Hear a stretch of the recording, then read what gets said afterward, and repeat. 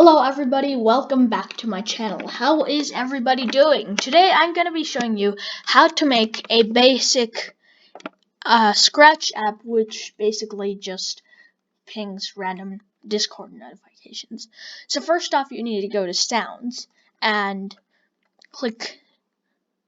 hover your mouse over choose a sound and then click upload sound. Then you can upload the notification sound. In this case, I have uploaded the Discord notification sound, as you can hear over here.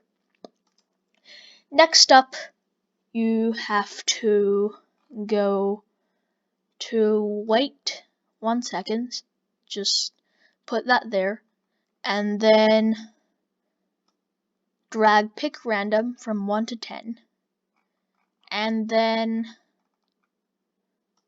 play sound, and then your notification sound until done, and then you just have to put it inside a forever loop.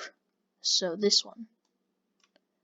Alright, so that's basically all you have to do. Just do this, and then you now have a random notification pinger, like this.